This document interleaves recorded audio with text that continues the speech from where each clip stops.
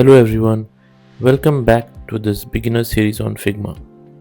In the previous video, we learned how to sign up and create a free Figma account. In this video, I will explain the Figma Dashboard, which is the main area where you manage all your design files. If you are new to Figma, don't worry, I will explain everything step by step. Once you log into Figma, this is the main dashboard. Think of the dashboard as your homepage for all your design projects. From here you can create new design files, open your previous designs, organize your projects, and collaborate with other designers. On the top right corner, you will see the option to create a new design file. When you click this, Figma opens up a new workspace where you can start designing your UI, website, or mobile app.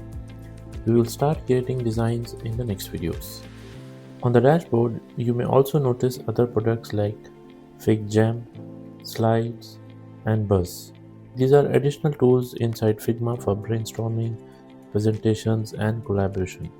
But in this beginner series, we will be focusing only on Figma Design, which is used for UI and product design. So we won't be covering FigJam, Slides, or Buzz in this course.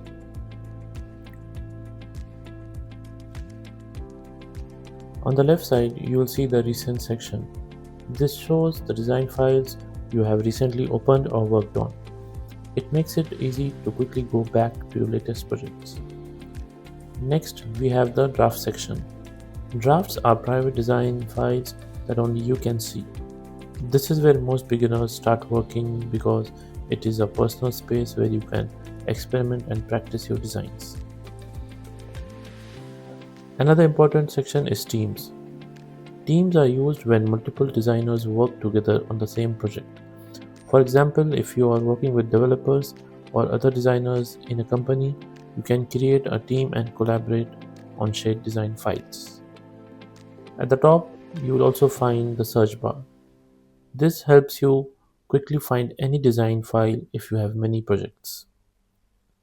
And the profile and settings are here on the top corner. You'll see your profile icon. From here, you can access account settings, preferences, theme settings like light or dark mode, and other account options. Now that you understand the Figma dashboard, you know where all your design files are managed.